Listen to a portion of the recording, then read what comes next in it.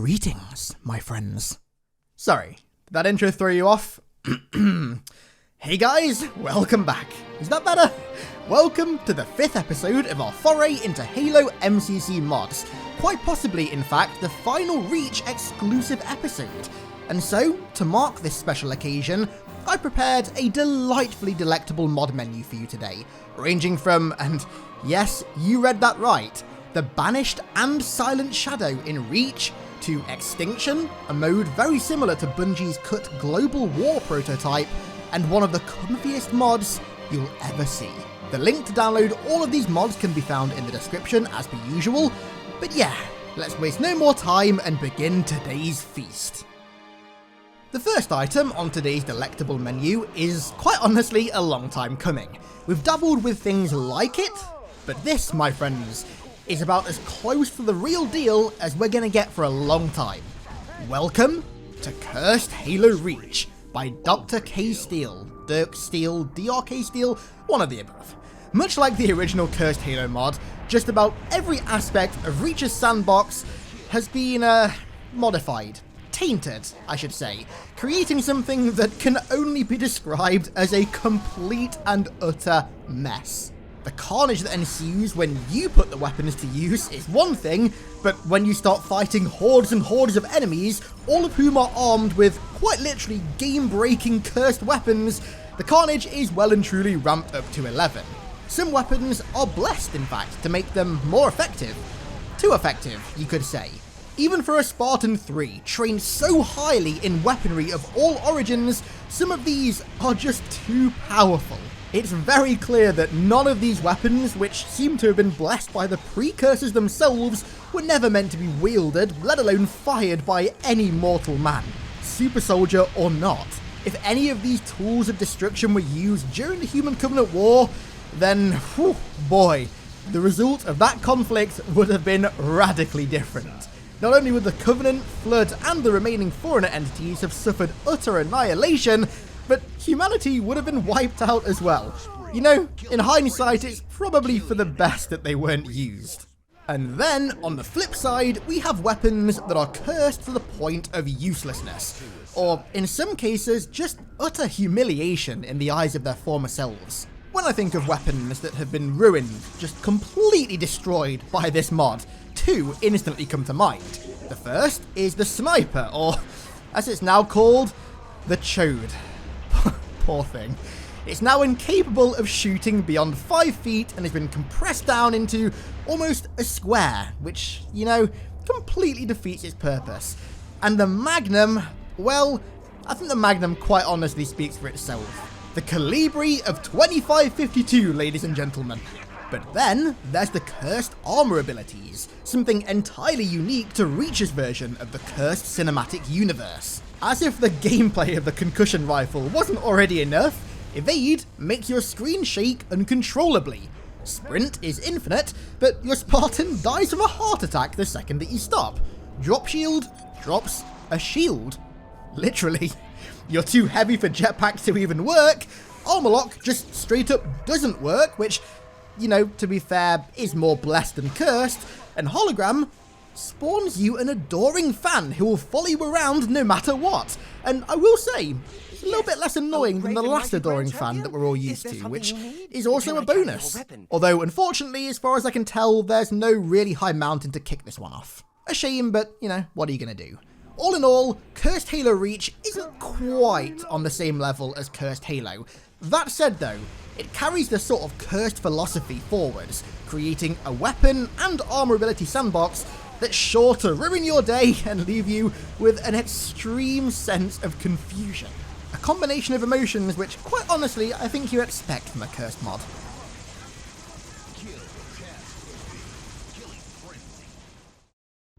Right, if you cast your mind back to 2010 at PAX, Bungie revealed a bunch of gameplay prototypes they made in Halo 3's engine for Reach, some of which made it into the final version, like space battles, but others which clearly didn't. Out of all of the prototypes that didn't make it, one seemed to spark people's interest more than any other: Global Battle. Now, although this was supposedly just an experiment and was never meant to be a specific mode or anything, it gave us our first proper look at what fighting in a massive scale Halo war would be like. And if you're anything like me, it's something that we've hoped to see in a game ever since. Well, fellas and fellarettes, this next mod is something that I think will scratch that very itch. Welcome to Extinction by Rejected Shotgun, every BTB fan's ultimate dream. Based in fact on a really old custom edition mod by the same name, Extinction takes Bungie's global battle prototype and brings it into reality. Set in a large open desert plain, Extinction pits the UNSC, who spawn in a frigate, against the Covenant, who spawn in their own cruiser. Each faction has a whole armada of vehicles, from speed buffed and modded mongooses, and ghosts, to dropships perfect for CTF like the Pelican, Phantom, and Spirit. And then fighter ships, the Sabre for the UNSC, and the Seraph for the Covenant to counter the Sabre, and then the all-new Heretic Banshee for air-to-ground combat. Then, each side also gets a heavy vehicle. The Covenant are bestowed with 2 Scarabs, slow but extremely tough and, as you can imagine, packing immense firepower. And the UNSC get my favourite Halo vehicle of all time, the Longsword. But this isn't any Longsword, my friends. Oh no. So, if you cast your mind back to Custom Edition, there was a really popular mod that gave the Longsword a mini-nuke as its secondary fire option. And I can happily say that the Longsword in Extinction has that very armament. Except calling it a mini-nuke is a little bit of an understatement. As soon as you drop the payload, you have to pull up immediately, or, as I learned the hard way, you'll be going down with the mushroom cloud.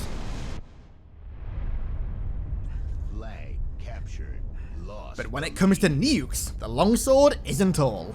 On the map variant that we played, called Canyon Chaos, there was an AI camp in the middle of the map.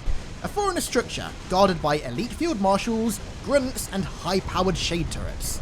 Taking them out was tough, but boy oh boy was it rewarding. These holy warriors were guarding an ancient relic, located in the center of the structure, capable of cleansing the entire battlefield of any heretic who dare stand in their way. The Nuke Launcher. As the name more than implies, this weapon is overpowered. So overpowered that 9 times out of 10, if you fire it, you're essentially committing suicide. It fires a literal nuke that, much like the Longsword, creates an absolutely devastating explosion with a really cool detonation sound to boot. Although, I will warn you, this thing does seem to be much stronger than the Longsword's nuke, so use it at your peril. And that, my friends, is Extinction.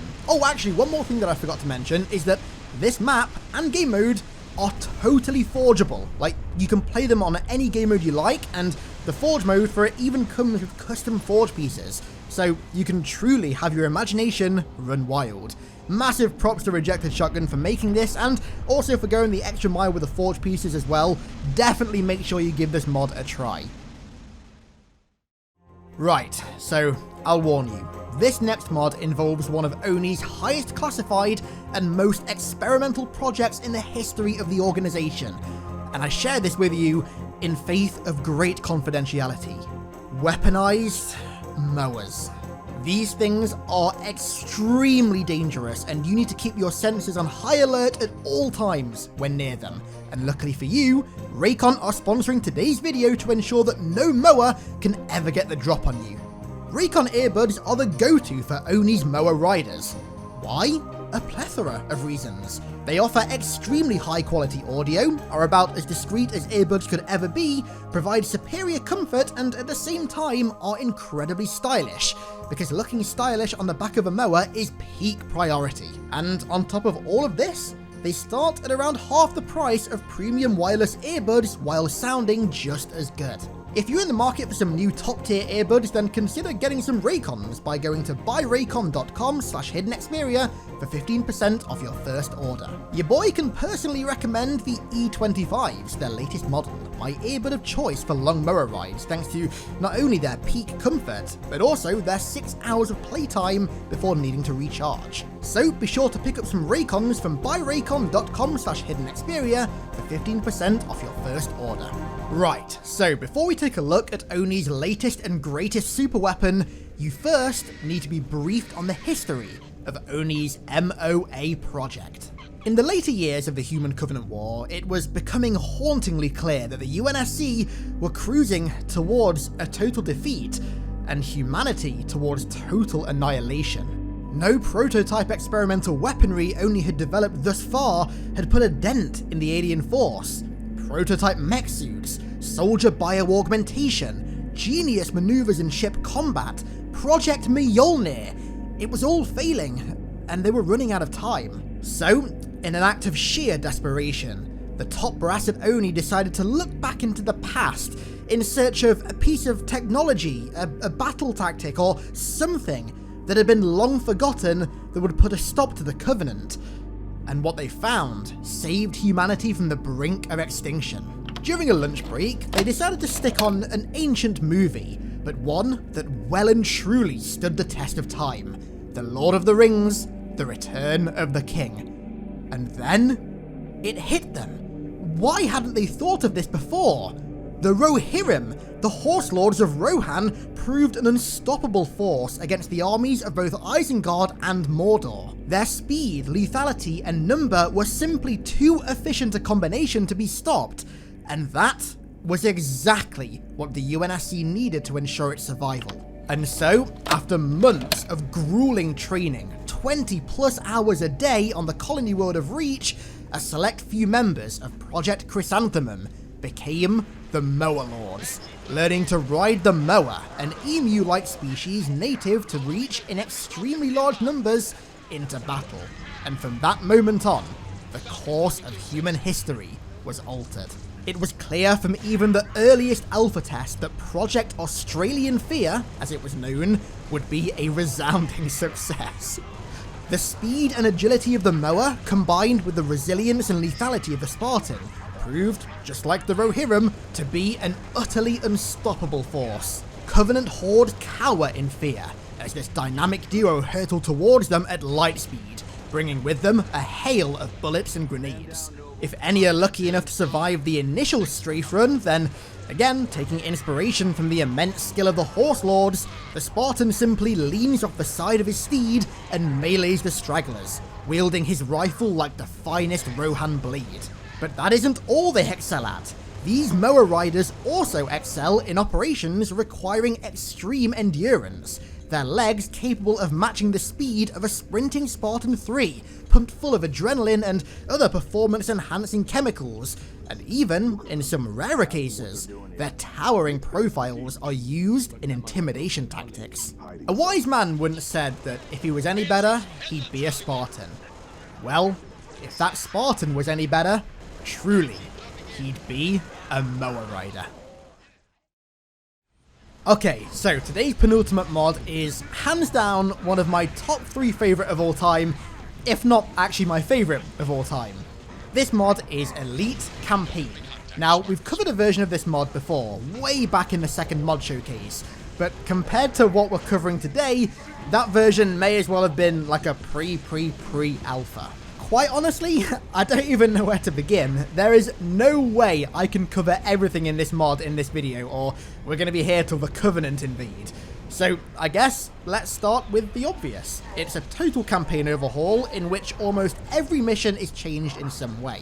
You play as the elite equivalent of Noble 6 as a part of what's called New Noble Team, the first ever elite human joint task force. The team itself consists of 3 Spartans, Cable, Kelly and Ethan, and 3 elites, yourself, Zata Vadami, a relative of Thel Vadami himself, and arguably the most iconic elite to ever exist, TheArdentPrayer. That's right, your boy is apparently in this mod. You gotta love it. And then with the mod also, there's an abundance of gameplay changes. Some of my favourites being the return of the Spectre. One of my all-time favourite Halo vehicles and hands down the most underrated one of all time is officially back, and honestly more deadly than ever. Clearly built off the base of the Revenant, the Spectre features a highly Covenant-ized Warthog turret with a really cool aesthetic which, combined with the raw speed and power of the Spectre itself, makes for a lethal combo against any form of infantry, weak and strong, and even vehicles and dropships as well.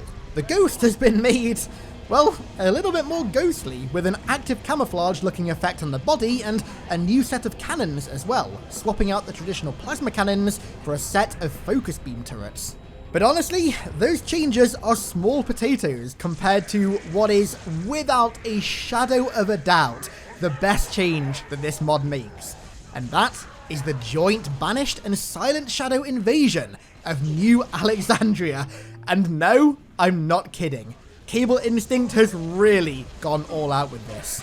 All the Covenant in New Alexandria during Exodus have been replaced with aesthetically modified Banished and Silent Shadow equivalents, and man do they look good. The red grunts and jackals and black and crimson brutes of all ranks look so fitting and like they were pulled directly out of the Banished, maybe when the faction was still relatively new before they'd fully raided all the Covenant supply ships to create their own gear. Although, as far as I can tell, they are just simple recolors of the original Reach brutes and their armor, these Banished brutes stand out so much more than you'd expect for a simple recoloring. All of the different ranks, from miners to captains to chieftains, all stand out really well and look so in place as members of the Banished. You would not think for a second that these were just recolorings of the standard Reach brutes. And the same goes for the weapons as well. The Crimson Red Needler and Plasma Pistol look so intimidating and Banished-like. The Banished Plasma Repeater has been modified into a Plasma Shotgun, firing a spray of plasma bolts like a buckshot shell, and the Gravity Hammer has subtle yet incredibly Banished-like red accents. The weapons complement the different aesthetic in enemies so damn well, and like I've already said, they all look incredibly Banished. And you know, I think a lot can be said for that, considering that the only modifications that have been done are recolors. No new models have been added, or I don't think any changes have been made to existing models. You know, there's a lot of beauty in simplicity, and I think this is a great example of that. But for me, it was the first encounter that really took me by surprise. Instead of the usual skirmishers, you're greeted by a squad of camoed red Spec Ops elites, armed with Banished Needlers. These, my friends, are the Silent Shadow. They only show up a few times during the mission, sometimes they're even hiding in the shadows, but if you know who they are, it's really damn cool when they do show up. Especially now that we know that the Silent Shadow, or at least a few members of the Order, have actually allied with Atriox and the Banished. As I said at the start, there's so much to this mod that I can't possibly cover it all in one video, and honestly, even if I could, I don't think I would do. Almost every mission, weapon, and enemy are changed in some fundamental way, so it's really something that you've got to experience firsthand for yourself. So definitely make sure that you check the mod out, download it, the link is in the description. It's easily one of my top 3 so far, and you know, I'd even go as far as to call it iconic. That's right, my friends, it even gets the iconic seal of approval. And finally, today, I have the comfiest mod that I will ever cover. I don't normally use music in these mod showcase videos, but this mod necessitates it. Welcome to Night World. Night World is, as you can see, a total atmospheric overhaul of our beloved Forge world, but Connor Simp, the creator of the mod, did more than just turn the brightness down. There's an entirely new moonlit skybox, taken I'm pretty sure from Nightfall. Water shaders are modified for the lower light level, giving us comfy moonlit waves, and the headlamps on the UNSC vehicles are even made more intense, allowing for the Falcon's lights to act as a searchlight, useful for hunting down intruders, and the Mongoose and Warthogs to light the way in dark caves and tunnels, all while creating a really moody aesthetic. You know, I could see some really cool custom games like Cops and Robbers and stuff like that being made that utilise these enhanced lights, the Falcon searchlights in particular. Or maybe some nighttime race maps through Blood Gulch's caves where you have to rely on your headlights. But in the meantime, let's just sit back and soak up the comfiness and the ambience of Forge World in the dead of a quiet, peaceful night beneath the stars.